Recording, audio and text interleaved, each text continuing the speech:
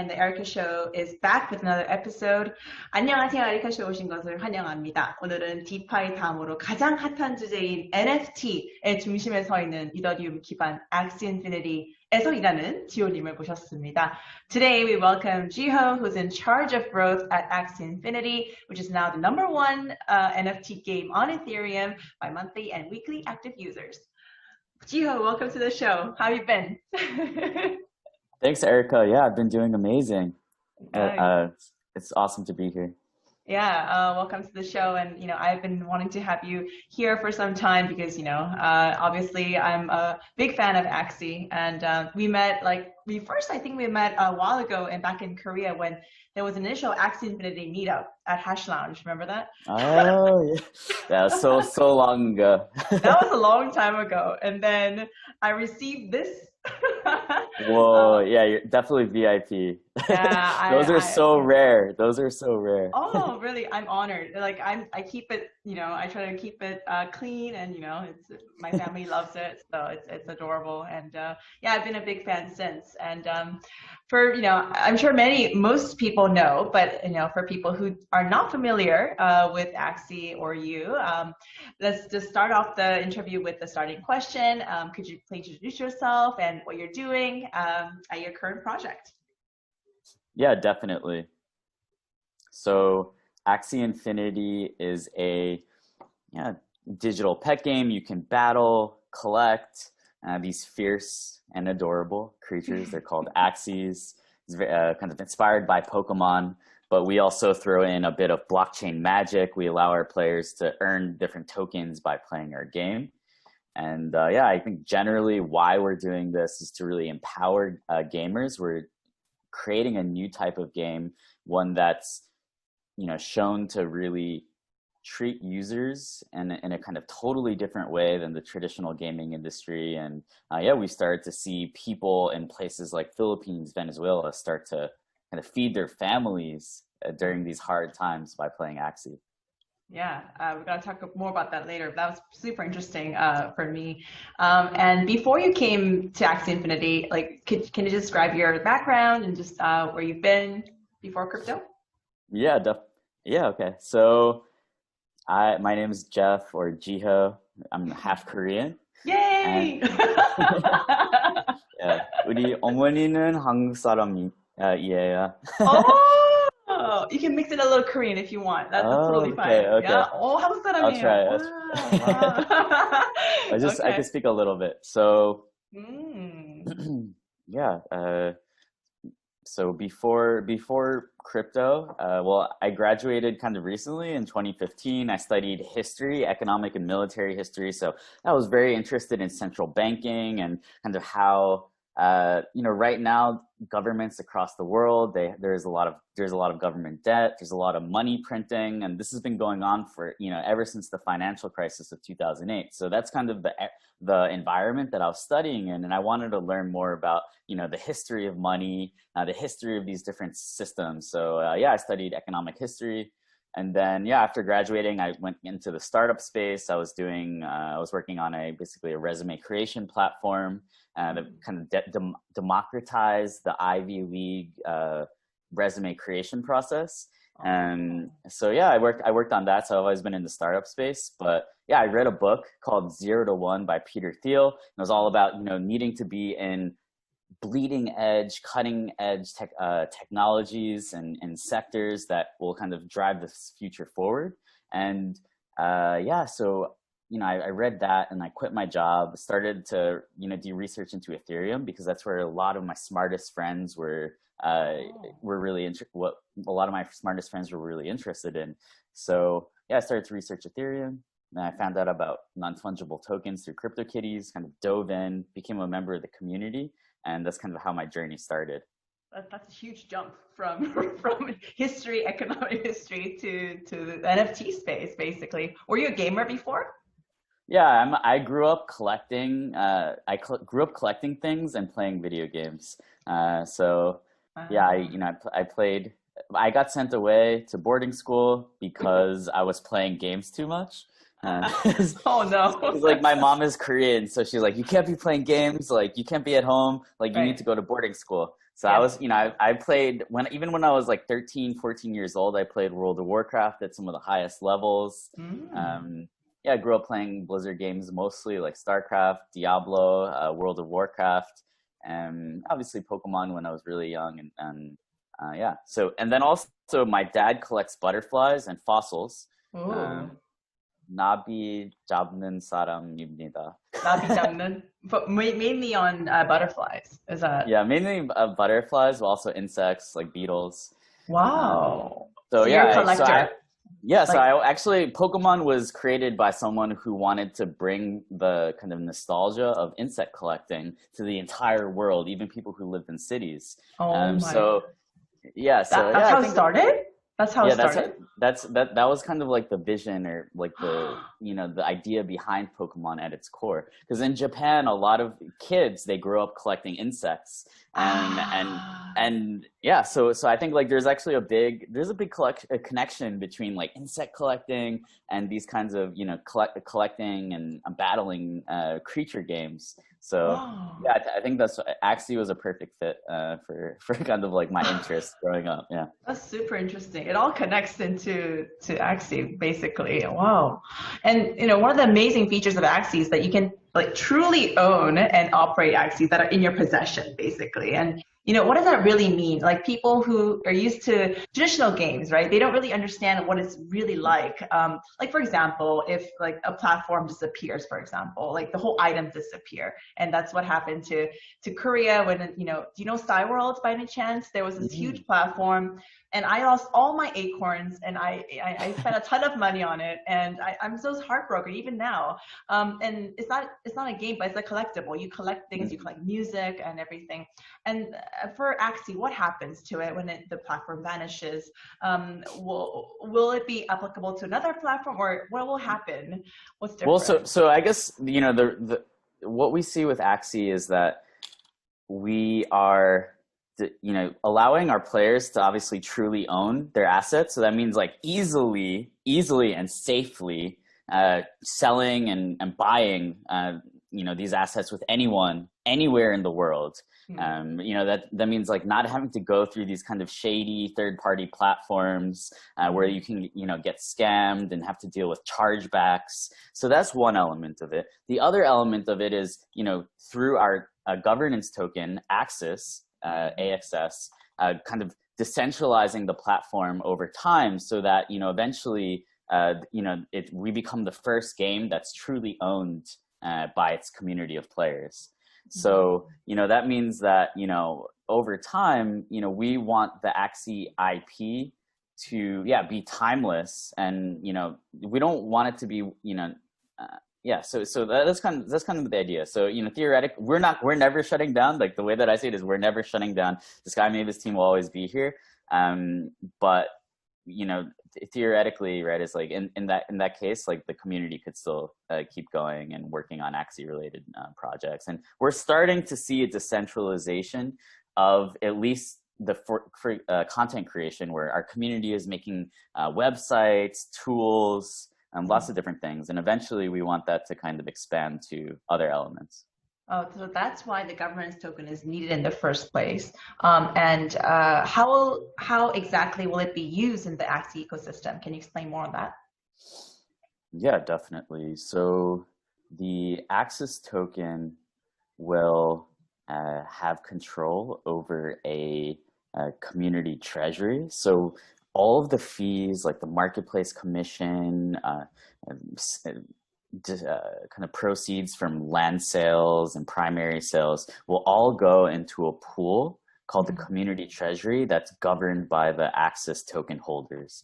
We also have a staking system where you can stake your tokens and receive more Axis. And in the future, basically it's possible for the Axis stakers to vote for the community treasury to be distributed to themselves or distributed to maybe different campaigns or growth campaigns. And that's the way that we see it.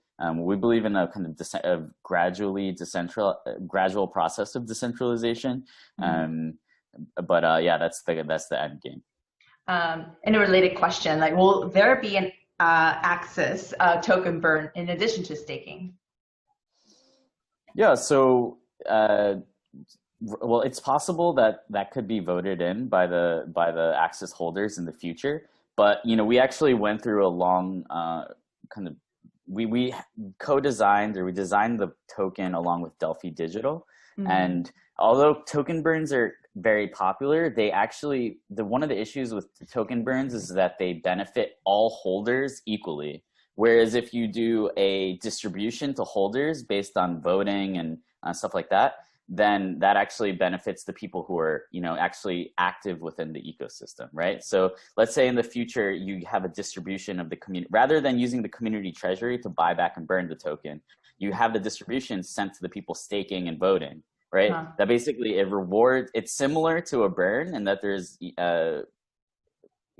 they're similar to a burn, but it actually is kind of targeting the value accrual to the most active members of the community. I see. So it's not confirmed or anything, but it can be discussed within the community. That was one question that a community member asked. So, sure. Yeah. So I'm going to mix in some questions that are asked by the community, and there were so many questions. So, awesome. In order to play this game, right, you need 3 Axies, and you need to purchase them, and it does cost a bit of money. Why does it cost so much? I'm just some people might find it a little burdensome in the beginning. Is there a commitment does that mean commitment or some sort? Yeah, definitely. So, the way that I see it is that Axie should not be seen as you're purchasing a copy of the game to play, right? Mm-hmm. First of all, it's around $60 to get 3 Axies, which is around the price to play a normal game these days. Mm-hmm. However, you should also see Axies as pets, right? Mm-hmm. So compared to the cost of buying a dog or buying a cat, Axies are actually quite cheap. Plus, you don't have to pay for medical expenses, food, things like that. also, so actually we see ourselves as not just competing in the gaming industry, we're disrupting the pet sector, right? So in the digital pets. Yeah, digital pets, right? It's everything is digital these days. Your pet should be on your phone. It doesn't have to be physical. So that's actually this is actually a thing that we think that we're solving. So when I joined the Axie team, I had to move to Asia, but I had a dog. So I had to give my dog to my parents. And then because I gave my dog to my parents, they couldn't travel. They couldn't come see me in Asia. So physical pets actually create a lot of burden. And then he got really sick. So yeah, there are a lot of problems with that, and people in our generation, we long that companionship that a pet brings, but we're digital nomads. We live in cities. It's very hard for us to own physical pets. So that's another thing. And then in terms of I also want to say that in the future we will have basically these soul-bound Axies, which will allow anyone to kind of try out the game for free. And also what we're seeing now is within the Axie ecosystem, people are lending out their Axies to newcomers so that they can, try out the game, and, they'll lend out the Axies and say, just give me 20 or 30% of the tokens that you're earning, and you can use these Axies for free. Oh, that's a good idea, actually. You can kind of share with your friends, and then, Yeah. Oh, and then that becomes a natural referral system for the network as well. Definitely. Oh, interesting. I mean, it kind of reminds me of when back in the day there was Tamagotchi, the Japanese. Yeah, I used to own one of them. It reminds me a little bit of that, but it's a little too simple. I think that was a little too primitive. But anyway, kind of digital pets. Oh, interesting. I never thought it that way. So when you're getting access to the game, right, you have to go through a certain hurdle, as all blockchain services are. How, for ordinary gamers, does that seem like a hurdle for them, or how do you explain it in detail? How do you make it easier for them to gain more, easy access to the game? Yeah, definitely. So there are two approaches. There's obviously one approach, which is, more commonly talked about, which is like making wallet like super easy, right? Just like email login, things like that. That's very cliche. Like everyone knows we need like layer twos too, which we're working on a side chain called Ronin. So that's like scaling, wallet. That's how a very simple, obvious, it's been heard before. We're working on that, and you can learn about Ronin by checking it out on Google. But the way that I see it, though, is that if we make the benefits of playing the game very clear, then people are going to be inspired to share it with their friends and family. And that's what we're starting to see, where our players are starting to onboard their real life friends and family, setting up wallets for them, we're seeing grandmas, like harmonies, starting to play Axie in the developing world. Why? Because, they're introduced to it by their friends, and they're like, oh, like you can actually, earn a little bit of money by playing this game. It's really cute. It's fun. So I also believe in, benefits first approach, where there's a clear kind of, draw or hook to start playing the game. It's like, oh, this is cute. Oh, this is not like a normal game. Like you can actually earn something. And people are, it's been verified. There are news articles about it. So I think that's also, our kind of differentiated approach to onboarding. That's really why I think, even though the hurdles for blockchain are still there, but we need to grow right now. And we've been doing it. So, I think projects that use like, oh, like the onboarding is difficult and stuff like that, I think that's a crutch. I think it's an excuse. Like all blockchain projects could be growing very quickly right now and forming strong communities if they have a strong enough benefit for using the product. That's absolutely true. Like when I saw the website, I was just like struck. It was so well put, like well designed. I think the design really matters, and like the people will be like wowed by it, so they'll be willing to go through the hurdles if they wanted to.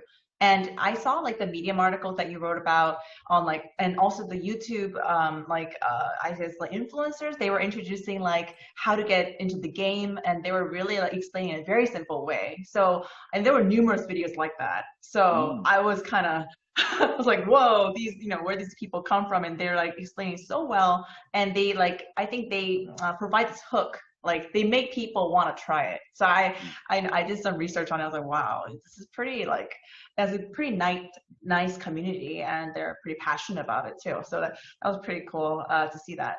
And for Axie, I think like you're trying to like integrate like of course the NFT space and also the DeFi like the aspect as well in certain ways. And it's considered that NFTs are the next wave after the DeFi wave, but where do you see the value in the NFT, which is non-fungible tokens for people who don't know? Where do you see the actual value? And I mean, beyond Axie, I'm just asking for your personal opinion. Yeah, so I think that non-fungible tokens and blockchain games create new types of experiences that were never possible before. Like platforms that are, with more incentive alignment between the developers and the users. So I think broadly that's how it works. And I think that the NFT communities will be the strongest communities on the internet eventually. And we're starting to see hints of that. And I think Axie will pave the way. And I think, one of the things that people really notice when they, I think, you just talked about it a little bit, is, the Axie community is so strong. They're doing so much work. They're creating all these videos. And I think it really is because they feel like they're not just users. They're not just players. They feel like owners of the platform. And that is true because of the way that everything is structured. And you mentioned like a while back, but then if like those people build on Axie, right, that they try to like utilize the platform to build their own service. And so a community member asked, like, if a game developing company wants to build a new game using the Axie ecosystem, what would be the next step? Is there any like documentation available or support? Yeah, definitely. We're building an SDK right now. So it will make it really easy for third-party developers to build on top of Axie.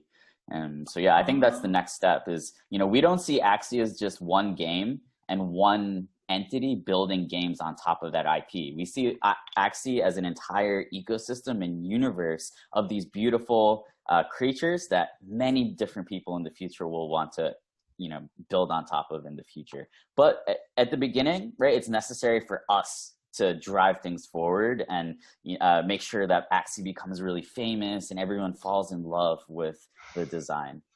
Yeah, totally. And the most exciting news recently was also that Binance Launchpad completed the token sale of Axie. I just saw the article. I was like, wow, it was a huge success. And now Axie is live on Binance, listed instantly on CoinGecko. It's like a series of exciting things. What does this mean for the team? Is it a big game changer? Like, what's going to be the next step for the team? Yeah, so I think that it's amazing that the Axie token is live. We did so much work on it and research for the last basically 2 years. Yeah. So it's the culmination of a lot of hard work that we can finally share it with the world, and I think our community is really excited. Mm-hmm. In terms of next steps, what we want to do is scale the user base, scale the volume within the ecosystem, and in order to do that, we're working on a variety of different things. So one, we have more gameplay features coming out. So like an upgraded battle system, land gameplay. So, you have a plot of land, you can build different structures on top of them, harvest resources, start harvesting even the token Axie just, through playing the game.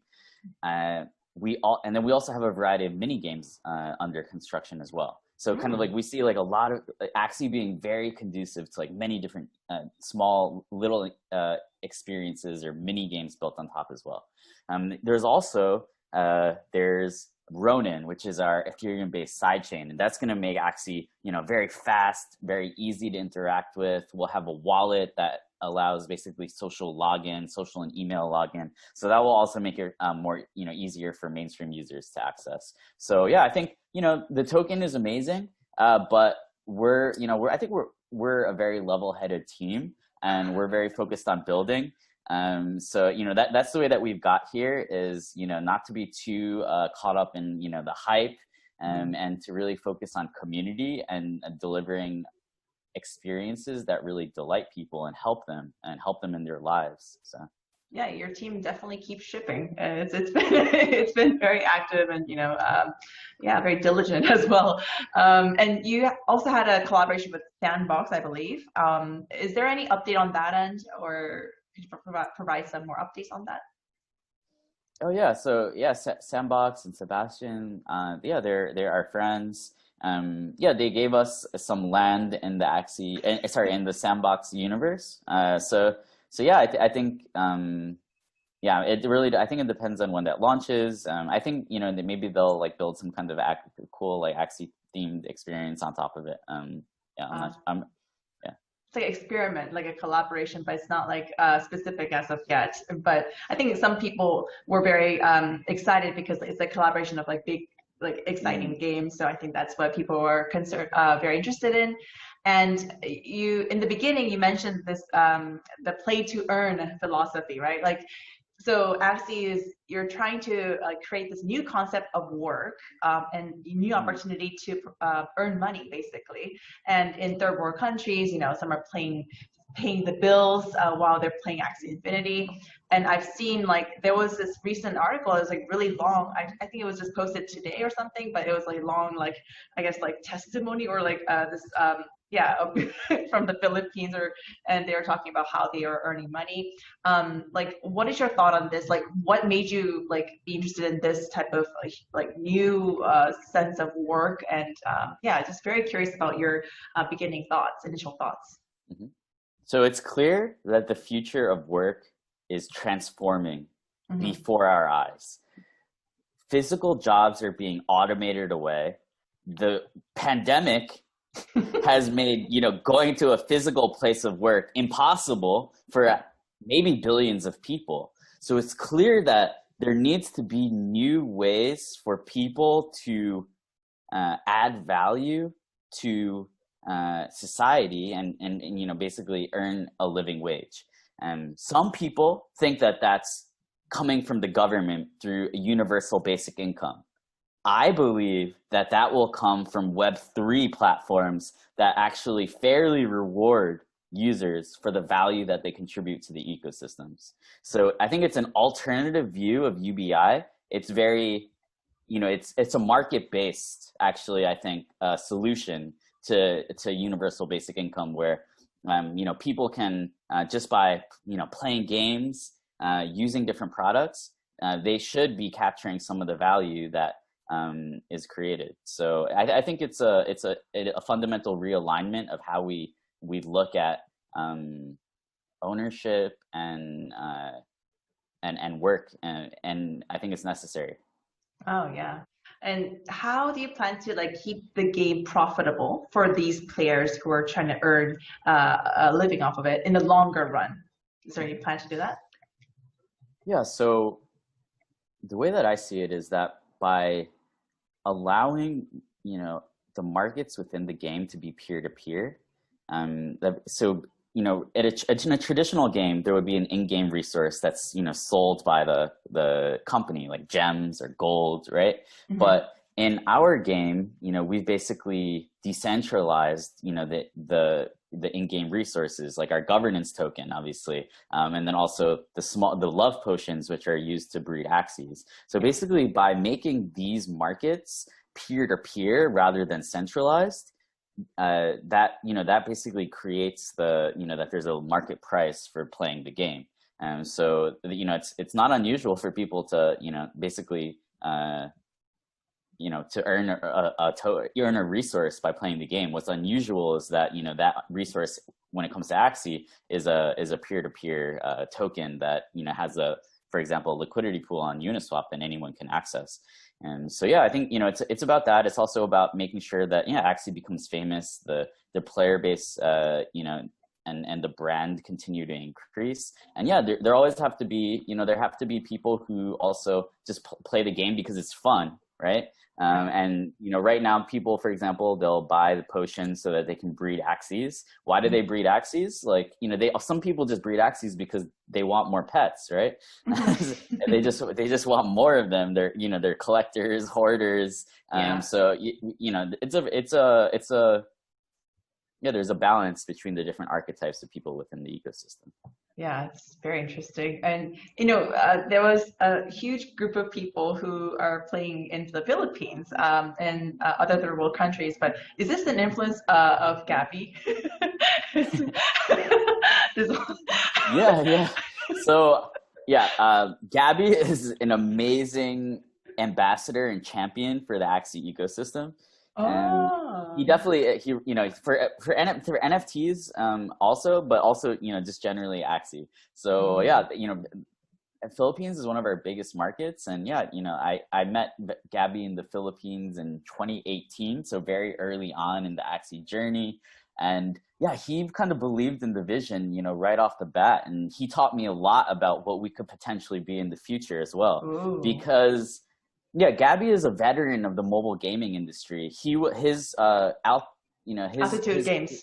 Games was the first mobile game developer in the Philippines. So Gabby has a understanding of future gaming trends, and that's why I think that's why he believed in NFTs so early, and that's why he believed in Axie so early. And shout out to Gabby if you're watching. Oh, awesome. And you've been to Vietnam numerous times. Of course, you spent a whole deal of time here. Do you see any potential here for Axie? Yeah, definitely. We're starting to see that the Vietnamese community start to bubble up, and we're getting more users. And we have a Vietnamese white paper that was just translated by the community. We're starting to see the number one player in terms of arena wins is also Vietnamese. Really? So he's not he's not ranked the number one in terms of skill, but he's ranked number one in terms of battles won at a more than neutral rating. Wow. So I think Vietnam could be potentially a good market, a good place for us to expand our user base. Yeah, I think Vietnamese definitely love gaming as well, and Koreans too, of course. Well, why not? Koreans are huge game lovers, and we breed digital pets like this. Yeah. And COVID, you mentioned about COVID, and I think COVID has definitely been beneficial for Axie. I mean, in my perspective, I think, okay, people are stuck home, they have to do something, and they have to earn money, and I think the limited resources makes Axie more attractive. That's what I kind of thought. Did you really experience that from the community? Like, did you more interest during COVID? In Korea? Yeah, during COVID. Yeah, definitely. So gaming has been huge during COVID. Obviously, Axie, I mean, COVID has been, going on for so long now that it's like, yeah, if we grew in the last 9 months, that, people could say, oh, it's because of your COVID. Like, maybe it's accelerating. I think, people are definitely at home and they definitely need alternative kind of side income during these hard times. So yeah, I think I'm glad that Axie has been able to help people during a really difficult time. And so I also think that's with not like, I think, just focusing too much on like, income and jobs and stuff like that, that's aside from that, it's also helping with people who are just sad and lonely during COVID. Like Axie is a social network. If you go into our Discord, you will find new friends, and you will find a community of people that really, really respect each other, and some of them have known each other for almost 3 years now. So they've made real friends within this community. I've met Axie players in real life, and and it's always been amazing, and it's never been awkward. So yeah, and so I think that real relationships are being created within the community. Some people say it's like Axie is like the blockchain version of playing golf, where it's like people will meet each other and it's like good for their network, right? It's like, I honestly believe that there will be many teams of blockchain developers that meet each other through the Axie ecosystem and then go on to build like amazing projects, not just on top of Axie, but also, in other ways as well. Oh, definitely. Wow. It's like entertainment, socialization, and work all in one, basically. And yeah, it's perfect for a COVID time. Oh, wow. And, regarding the team, I'm sure it's like, the attraction is pretty explosive and people have been, super interested. And for the team, what's the biggest challenge that you're facing at the moment? I think the biggest challenge is that it's also our biggest gift, is that there's so much to do. We have, we're really busy and we're dealing with like uncharted waters all the time, right? But we wouldn't have it in any other way. So, building infrastructure for us to be able to scale, making sure that our experiences are super fun, making sure that, we think a lot about like empowering the community as well, so I think like just like having this, finely oiled machine running on all cylinders, where it's, infrastructure development, making a fun game, the community, that's a very complex process. It's also like, I like to compare Axie to Tesla because it's basically impossible for us to like really know like how long, things will take. Or SpaceX, right? Is like the Falcon 9 initial launch came like 2 years late because like you're doing something that's never been done before. So yeah, I think like, a lot of the challenges of, developing and doing new things apply to Axie as well. Yeah, great answer. And you touched upon it before, but like, can you summarize like what are some of your upcoming milestones for the team and for the project? Yeah, so we're really excited about launching an alpha for land gameplay. Like this land is something that our community is like so excited for, and we think it's gonna be beautiful. And yeah, we're really excited about that. And we have a roadmap in our white paper, but yeah, that's coming relatively soon. And we're also really excited about our access token and really showing the intricate kind of design of that, where, there's the community treasury, there's staking, and I think people are going to be really excited about, that process as well. And yeah, and then we also have upgraded, revamped battle system coming. You can call it Battles V3.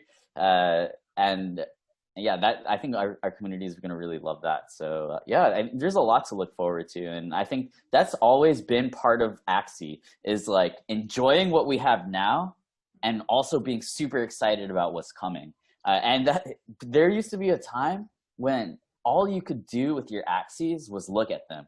I actually joined the community before you could see them.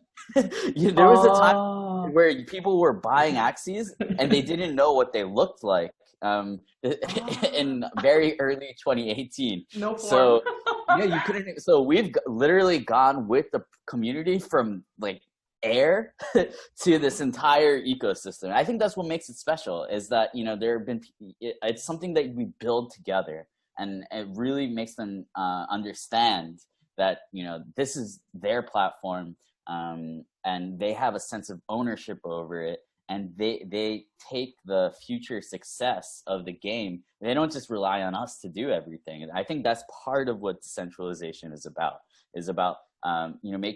making it so that the community is also working. Oh yeah. Oh, this is cool. I mean, I think from nothing, I think this is a pretty good turnout. Yeah, great design. And I think just ordinary kids would definitely love this design as well. Just so adorable. I think so since we're thinking about Korea too a little bit here. Yeah. And I think that Axie can be like the cacao of blockchain technology, where we're introducing many different generations to this new technology using really cute creatures, right? I think like in Korea is actually a really good case study for how blockchain should look at in terms of penetration of new technologies. Why? Because like every harmony and harboji, like grandma, grandpa, they have cacao, but like a lot of them, they had no idea how to set up their smartphone. It's expected. Actually, it's like a filial duty, right, for the younger generation to set it up with them. Yes. They don't. So that's the same way that I think like the older generations too will be introduced to blockchain, is like they will just have their children set up their wallets for them if it's a little bit complicated. Even when it's email sign-in, it's still going to be complicated for them, right? So so I think there's a lot to be learned from that. Oh yeah, totally. Because like when I remember like back in the day, there was like Hwatu, remember the games that Granny used to play, and it used to be all physical, right? You play with the deck of cards, but now they play with the mobile phones. They play with the game, and the harmonies, like they just they sit down and they just do their mobile phones. I'm really in shock and in awe as well, because like they adjust. It's a slower pace, but I think it's like definitely possible. And I think nothing can be impossible when it comes to getting access and getting used to it, new technologies, and if it's attractive enough, you can definitely. I think the reason our token is called Access, access, because we're bringing access to blockchain technologies. Yeah, you named it very well. And it's just AXS. Access, yeah. And this is super interesting. And you've been always very active, interested in the Korean ecosystem as well. And many people were asking, when are you coming back to Korea? What are your future plans to develop it further? I believe you have a community manager as well in Korea. So we're coming to Korea. I'm coming to Korea soon. I think in the beginning of December. So I'm going to come to Korea soon, and then hopefully go back to Vietnam from Korea. So please come back. It's very it's a lockdown still here. I mean, like the borders are still closed, so it's very difficult to travel at the moment. But you should definitely make a trip back to Asia in the near future, and we look forward to seeing you soon in person. And this has been such an entertaining, fun, insightful interview. Thank you so much for your time. I know you're super busy. The launchpad, it's been a crazy few days, and thank you so much for your interest and passion. Thanks so much.